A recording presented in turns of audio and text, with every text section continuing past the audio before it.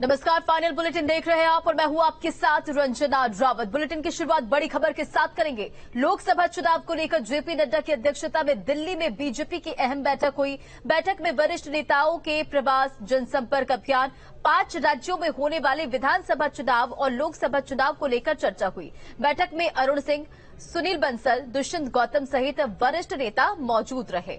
तो बीजेपी का मंथन और ये महत्वपूर्ण बैठक बीजेपी की। इस बैठक में कई अहम मुद्दों पर चर्चा हुई। जनसंपर्क अभियान को लेकर चर्चा हुई।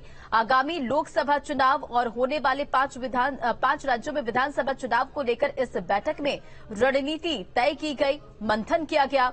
2024 के लोकसभा चुनाव को भी लेकर इस बैठक में महत्वपूर्ण चर्चा हुई। तो आपको बताते चलिए, बैठक में अरुण सिंह, सुनील बंसल, दुष्यंत गौतम सहित वरिष्ठ नेता मौजूद रहे।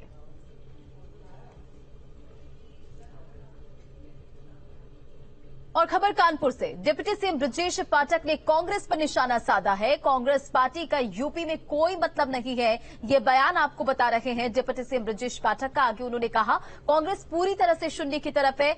जब सत्ता में रहे तो भ्रष्टाचार में डूबे रहे। देश और प्रदेश की जनता ने कांग्रेस को लेकर नकार दिया। क्या कुछ उन्होंने कहा, सुनिए। आप जानते हैं कि कांग्रेस पार्टी का कोई मतलब उत्तर प्रदेश में नहीं रह गया है। कांग्रेस पार्टी पूरी तरह से शून्य की तरफ है और जब जब इस सरकार में रहे हैं, भ्रष्टाचार के आकंठ दलदल में डूबे रहे हैं। प्रदेश की जनता ने, देश की जनता ने कांग्रेस पार्टी को बिल्कुल हाशिए पर ढकेलने का काम किया है। और इधर लखनऊ में केंद्रीय मंत्री अनुराग ठाकुर का गठबंधन पर निशाना। चोला बदलने से कर्म नहीं बदल जाते हैं। आपके कर्म से जनता जानती है। ना देश ने तब माना, न अब मानेगी। इनकी पोल पहले ही खुल चुकी है। अब की बार नया चोला पहन कर आए हैं। क्या कुछ अनुराग ठाकुर ने कहा है, सुनिए। देखिए, चोला बदलने से आपके कर्म नहीं बदल जाते, और जो कर्म और काम आपके पहले रहे हैं वो देश जानता है। यूपीए को आप i.n.d.i.a का चोला पर पहना भी लेंगे तो लोग वही कहेंगे कि ये वही लोग हैं जो कभी कहते थे Indira is India and India is Indira. ना देश ने तब माना, ना देश आज मानेगा। इन लोगों का भ्रष्ट चेहरा, ये ठगबंधन, ये देश जान चुका है और इनकी पोल पहले ही खुली थी। ये पिछली बार अलग रूप में आए थे, आज नया चोला पहनकर आए हैं, अंदर वही है। खबर अजमेर से। अखिलेश यादव का बयान सामने आया। हमारे पास महिला और बुजुर्ग प्रधानमंत्री, आपको नए प्रधानमंत्री मिलेंगे। तो अजमेर में अखिलेश यादव का ये बयान, हमारे पास महिला और बुजुर्ग प्रधानमंत्री, बीजेपी के पास विकल्प नहीं है। उन्होंने कहा, आपको नए प्रधानमंत्री मिलेंगे। क्या कुछ उन्होंने कहा है, सुनिए। हम तो इतनी चॉइस है। आपको महिला प्रधानमंत्री चाहिए तो महिला प्रधानमंत्री आपको मिलेगी। आपको बुजुर्ग प्रधानमंत्री चाहिए तो बुजुर्ग प्रधानमंत्री मिलेंगे। आपको नए प्रधानमंत्री चाहिए तो नए प्रधानमंत्री मिलेंगे। क्या चाहिए आपको, और बीजेपी में कोई चॉइस नहीं है। सोचो आपकी तरफ से बीजेपी में क्या चॉइस है? बीजेपी में कोई ऑप्शन हो तो बताओ। हम पे तो कितने ऑप्शन है, और फिर यही हमारा देश है। चलिए खबरों में बढ़ेंगे आगे। और अब देखिए, स्वामी प्रसाद मौर्य आखिर क्यों चर्चा में बने हुए हैं और किस मुद्दे पर उन्होंने बयान देकर बहस छेड़ दी है, ये रिपोर्ट देखिए।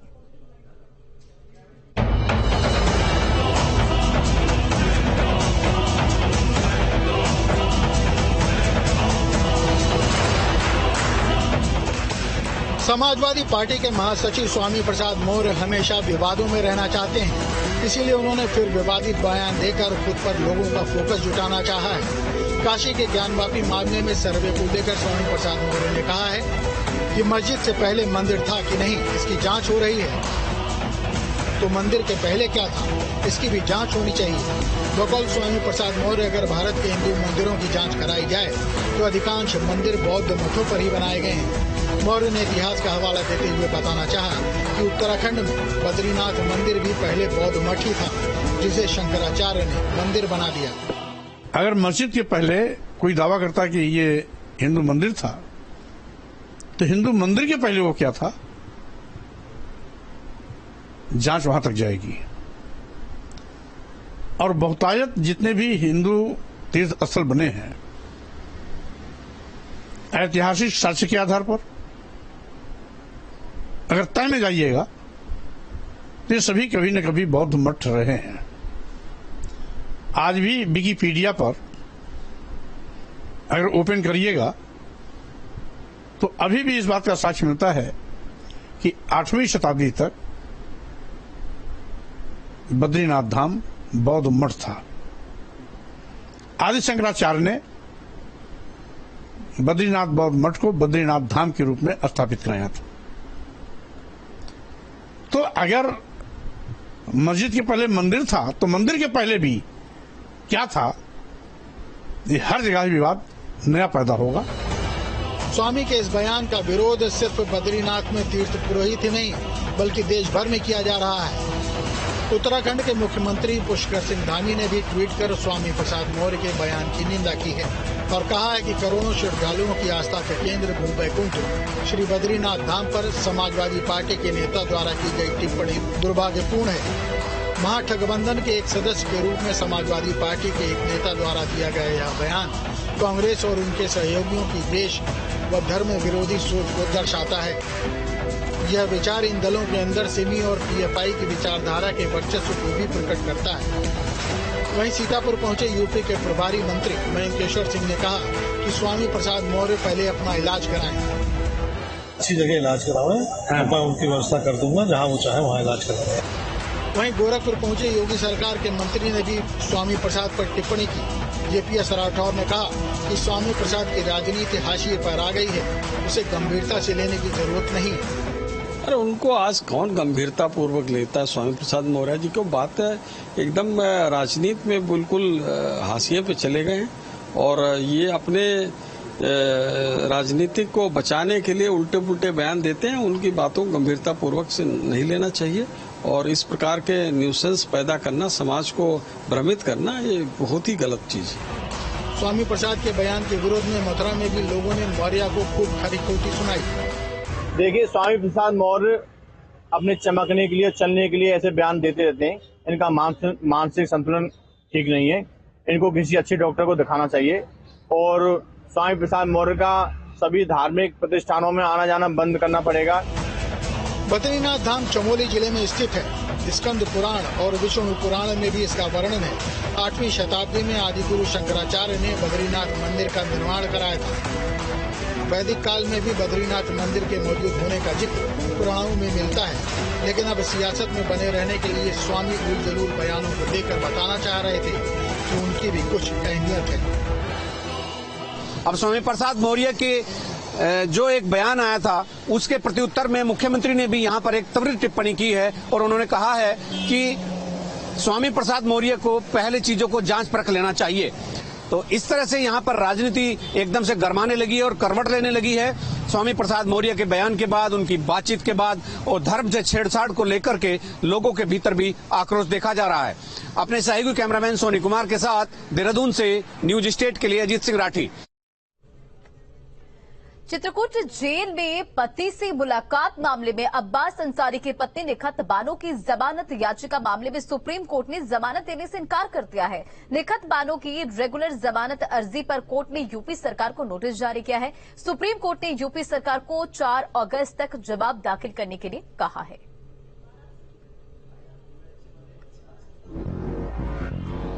तो जमानत से सुप्रीम कोर्ट ने जमानत देने से इनकार कर दिया है। बड़ी खबर आपको बता रहे हैं। 4 अगस्त तक जवाब दाखिल करने को कहा है। निखत बानो की जमानत याचिका के ये पूरा मामला है। उत्तर प्रदेश में माफियाओं पर लगातार एक्शन जारी है। हापुड़ और गाजीपुर में कुर्की का एक्शन देखने को मिला। क्या है पूरा मामला, इस रिपोर्ट के जरिए देखिए।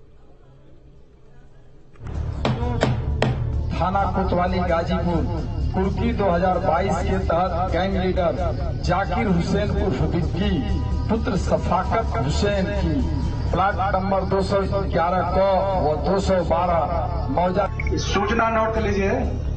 सर्वसाधारण को सूचित किया जाता है कि अभियुक्त सुनील कुमार पुत्र साधुराम निवासी ग्राम अकड़ौली थाना हाफिजपुर जनपद हापुड़ का यह प्लाट जिला मजिस्ट्रेट हापुड़ महोदय के आदेशवाद संख्या 652/2023 के संबंध में गैंगस्टर एक्ट की धारा 14(1) के तहत कुर्क करने का आदेश पारित किया जाता है। ये कार्रवाई है माफिया के उस आतंक के खिलाफ जिसने कभी अपने काले कारनामों से इस अवैध संपत्ति को बनाया था, अपने खौफ से गरीबों का हक मारकर इस इमारत को खड़ा किया था। लेकिन अब योगी सरकार में माफिया की कमर टूट चुकी है और माफिया पर लगातार कार्रवाई की जा रही है। रकबा 168 हेक्टेयर मोहम्मदाबाद तहसील के अहमद पट्टी में पुलिस ने कार्रवाई मुख्तार अंसारी के भाई और पूर्व सांसद अफजाल अंसारी पर की है। यहाँ पुलिस ने करीब 1.5 करोड़ की संपत्ति को कुर्क किया। ये पेट्रोल पंप किसान पेट्रोल पंप के नाम पर चलाया जा रहा था, जो अफजाल अंसारी की पत्नी फरहत अंसारी के नाम पर था। निवासी ग्राम मोहम्मदपुर जमनिया गाजीपुर। मोहम्मदाबाद क्षेत्र में गोसपुर गांव में एक पेट्रोल पंप चिन्हित किया गया था, जो IS 191 का सरगना मुख्तार अंसारी है। उसके द्वारा अपने अवैध तरीके से कमाई गई संपत्ति के द्वारा अपने परिजन, जो उसके सजा याफ्ता भाई अफजाल अंसारी की पत्नी थी, उसके नाम लिया गया था। उसे आज जिलाधिकारी गाजीपुर के आदेशानुसार 14(1) के अंतर्गत कुर्क किया गया है, जिसकी बाजारू कीमत लगभग 1.5 करोड़ रुपए है। सर्वसाधारण को सूचित किया। अब इन तस्वीरों को देखिए, ये हापुड़ की है। यहाँ पुलिस ने भूमाफिया के करीब 1 करोड़ की संपत्ति को कुर्क किया।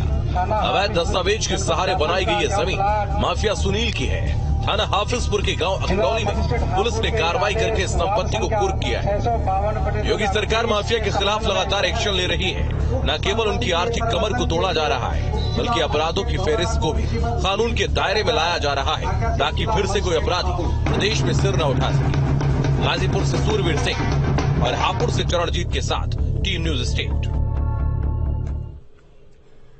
मथुरा में हुई तेज बारिश से एक और जहां लोगों को उमस भरी गर्मी से राहत मिली, तो वहीं जल भराव की समस्या की वजह से लोगों को काफी दिक्कतों का सामना करना पड़ रहा है। मथुरा में कंकाली, भूतेश्वर, तिराहा, नया बस स्टैंड, डोरी बाजार, स्वामी घाट इलाकों में पानी भर जाने की वजह से लोगों को काफी दिक्कतों का सामना करना पड़ रहा है। तस्वीरें देखिए किस तरह से बारिश की वजह से जल भराव की स्थिति हो गई है। लोगों को आने जाने में काफी दिक्कतों का सामना करना पड़ रहा है, गाड़ियां बंद पड़ गई है और इस बीच इस रास्ते से लोग गुजरने को मजबूर हैं। तो तस्वीरें देखिए, घुटनों तक पानी भर चुका है। आफत की बारिश की वजह से मथुरा के कई इलाके जलमग्न हो चुके हैं। सड़कें तालाब में तब्दील नजर आ रही है। देखिए कमर के ऊपर तक पानी भर चुका है। इन तस्वीरों को देखकर समझिए कि किस तरह से लोगों को दिक्कतों का सामना करना पड़ रहा है। पानी का जो क्षेत्र है, वो पानी का स्तर बहुत ज्यादा है, जो देखने को मामूली नहीं है। तो कितनी परेशानी आप लोगों को हो रही है, कैसे पार कर? इतनी परेशानी है, रिक्शे से परेशानी है आने जाने में, और इधर पैदल जा रहा हूँ उसको परेशानी है, साइड से लोग जा रहे हैं उस तक जाना पड़ रहा है। होली रोड जा रहे हैं, अपने ऑफिस से आए हैं, पर कहाँ जाएं, चारों तरफ पानी ही पानी भरा हुआ है।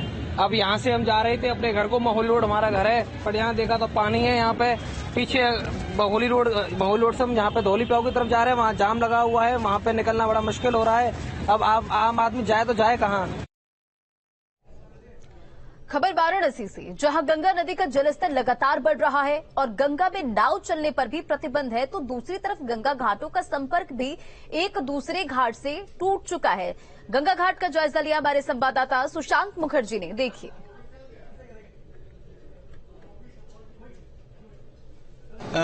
ये 2 स्तरों पर जारी है।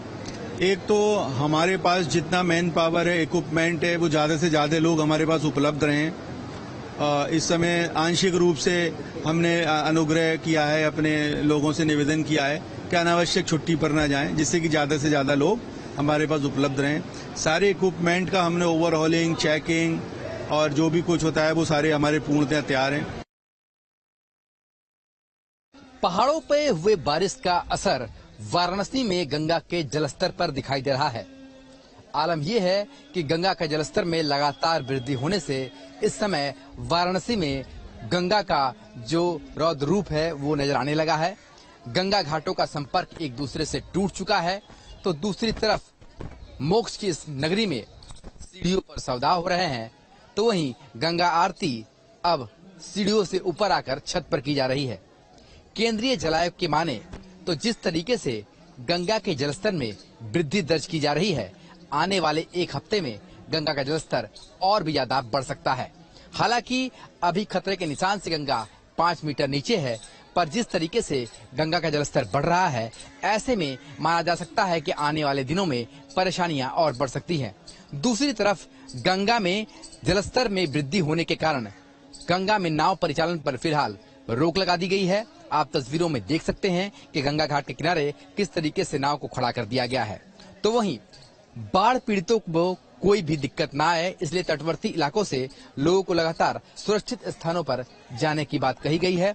तो वहीं दूसरी तरफ एनडीआरएफ और एसडीआरएफ भी अलर्ट पर है। एनडीआरएफ लगातार अपने रेस्क्यू टीम के साथ पेट्रोलिंग करते हुए दिखाई दे रही है और एनडीआरएफ की टीम भी गंगा घाटों पर अलर्ट मोड पर दिखाई दे रही है। सिर्फ वाराणसी नहीं बल्कि पूर्वांचल के अलग अलग हिस्सों में भी एनडीआरएफ अलर्ट पर है। तो इस समय बाढ़ की विभीषिका एक तरफ दिखने वाली है और उसको देखते हुए पूरी तैयारी एडमिनिस्ट्रेशन और एनडीआरएफ करता हुआ नजर आ रहा है। माना जा रहा है कि आने वाले दिनों में जब गंगा का पानी और बढ़ेगा तो लोगों को कोई दिक्कत ना हो, इसके लिए पहले से ही लोगों को तैयार किया जा रहा है। वीडियो जर्नलिस्ट विपिन सिंह के साथ सुशांत मुखर्जी, न्यूज 8 वाराणसी। और खबर मुजफ्फरनगर से, जहां मुजफ्फरनगर में थोड़ी देर हुई बारिश से शिव चौक पर पानी भर गया। बारिश में लोग वाहनों को खींचते और धक्का देते नजर आए। बारिश के चलते दुकानों में भी पानी भर गया। भारी बारिश की वजह से व्यापारी खासे परेशान नजर आए। तो देखिए तस्वीर, किस तरह से सड़कें तालाब में तब्दील हो गई है और बारिश से शिव चौक की ये तस्वीर है, किस तरह से जलमग्न नजर आ रही है। आफत की बारिश मुजफ्फरनगर में देखने को मिली, जहां जल भराव की स्थिति नजर आई। दुकानों में भी पानी घुस गया। बारिश की वजह से व्यापारी भी काफी परेशान नजर आए। तो लोगों की गाड़ियां भी बंद पड़ गई। वाहन को लोग खींचते और धक्का लगाते नजर आए। तो भारी बारिश की वजह से मुजफ्फरनगर के शिव चौक की ये तस्वीर देखिए, किस तरह से पूरा इलाका जलमग्न नजर आ रहा है।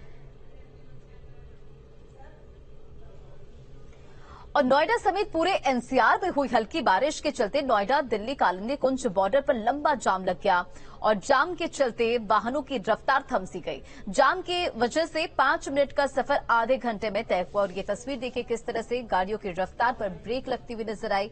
बारिश की वजह से नोएडा दिल्ली कालिंदी कुंज बॉर्डर पर जाम की स्थिति बन गई और जाम में लोगों को काफी दिक्कतों का सामना करना पड़ा। 5 मिनट का सफर आधे घंटे में तब्दील हो गया जाम की वजह से।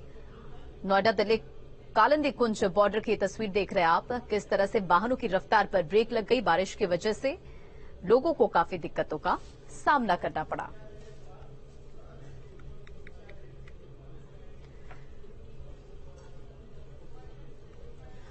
लखनऊ में मदरसा बोर्ड की 10वीं की परीक्षा में टॉप करने वाली सुमैया से खास बातचीत की हमारे संवाददाता आलोक पांडे ने। सुमैया ने क्या कुछ कहा है, आपको सुनाते हैं।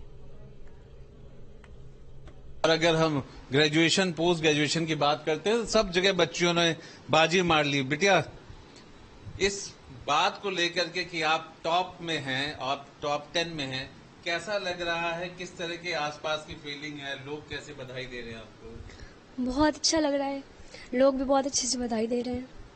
थोड़ी सी घबराहट भी हो रही है लेकिन खुशी भी हो रही है। घर के सभी लोग मोटिवेट करते हैं और मेरा भी बहुत शौक है कि हमें बहुत ज्यादा पढ़ना है। सारे ही सब्जेक्ट बहुत अच्छे पढ़ाए जाते हैं और अच्छे भी बहुत लगते हैं। बस अरेबिक बहुत ज्यादा अच्छा लगता है और साइंस साइड से आगे पढ़ना चाहते हैं। बहुत अच्छा पढ़ाया जाता है और सिर्फ पढ़ाया ही नहीं जाता बल्कि और भी चीजों की तरफ ध्यान दिया जाता है। हम लोगों के प्रोग्राम करवाए जाते हैं, कंपटीशन करवाया जाता है, हर चीज होती है। वीडियो जर्नलिस्ट दीपक के साथ Alok Pandey, news state, Lucknow. Famous होने के लिए आजकल युवा कुछ भी करने को तैयार रहते हैं। अमरोहा में कुछ युवकों ने अपनी बाइक के साथ खतरनाक स्टंट किया और साथ ही वीडियो भी बनाया। साथ ही पेट्रोल पंप पर अपनी बाइक को पेट्रोल से भी नहलाया। हालांकि पुलिस ने तीनों युवकों को गिरफ्तार कर लिया। कार्रवाई जारी है। रिपोर्ट देखिए।